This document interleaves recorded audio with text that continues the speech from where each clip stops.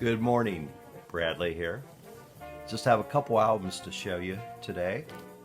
Hopefully it won't be too long. But first I have a question, and maybe you who are watching could help me with this.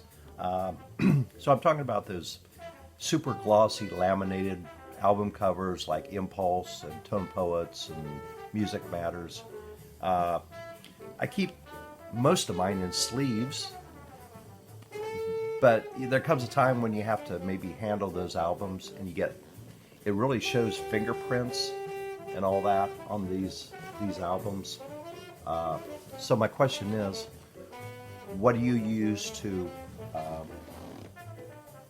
kind of clean these covers off with? Fingerprints and oily stuff from your fingers kind of make smudges. Okay. Now, when I thought about making this video, I was going to mention that I don't think I'm particularly a record collector. For me, it's more about the music, you know.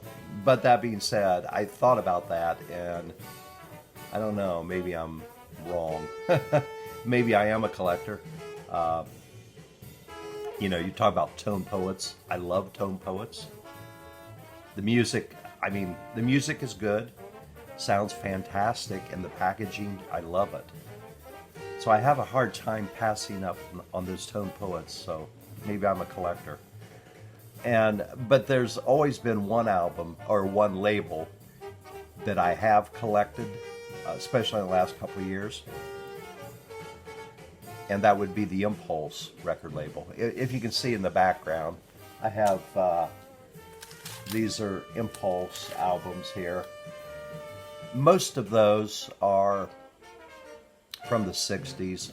There's some reissues in there, and a couple of the reissues are not gatefolds.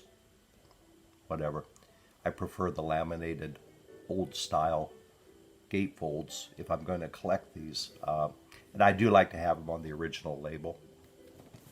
So anyhow, I will show you. I bought a couple off of Discogs last week, and you know, you can find old Impulse albums for pretty cheap. You know, if you want the original pressing, well, whatever, there'll probably be more, but you can get them, you know, after the first pressing.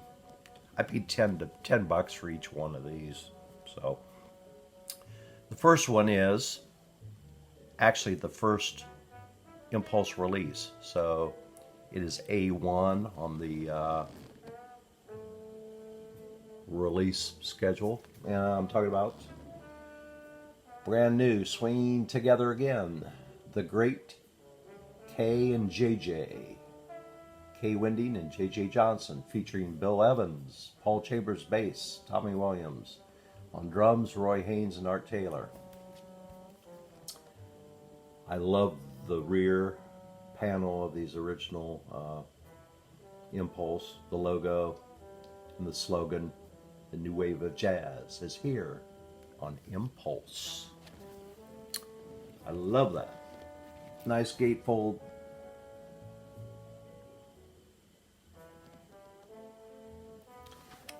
So like I said, I got it off Discogs. It was graded as VG+. Actually, if I was to grade it, I would say it's VG++, maybe another plus. It sounds gorgeous. Now this particular pressing, this was originally released in 1961. Now this pressing, I think, is a 1964. I didn't investigate it too much. Of course, it's got the original Impulse label. I call it the square circle label. I don't know if anybody else calls it that or not. So I think it's 1964 because it came with the original inner sleeve, which has recent releases by Impulse. So the last issue on here is Johnny Hartman. I just dropped by to say I love you. And that was released in 1964. So obviously, I'm going to say this was from 1964. So that makes it, what, 56 years old? The album sounds fantastic. If you like trombones, it's a great pickup. The second album I got off Discogs. Actually, this is the third release from Impulse. And once again, it includes Kay Winding. This is without J.J. Johnson. This is the incredible Kay Winding trombones. See the release A-3. And both of these are stereo. I really prefer Impulse releases in stereo, because at that time stereo was becoming more popular and they were kind of highlighting these albums on stereo. I just love that sound. I'll show you the inner.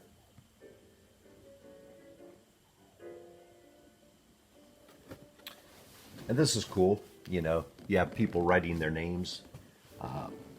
This guy, the original owner, has beautiful handwriting. Property of Johnny Stewart. If you can read that. So he had really nice script, cursive handwriting. Beautiful. Like I said, this is the third release on Impulse. This was also graded VG+. Actually, it's not as good of condition as the first one I showed, but it's pretty good. It probably is VG+, maybe a little towards the lower end of VG+, but sounds great. I like it.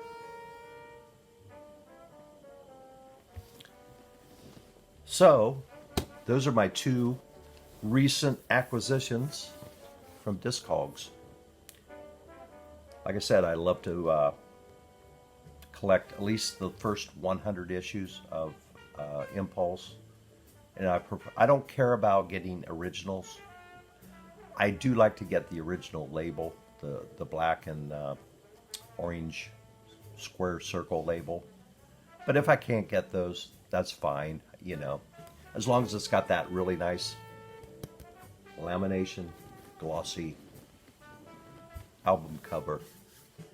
So anyhow, that's all I have to say today. This is the last day of summer in Ohio. It's going to be in the 70s.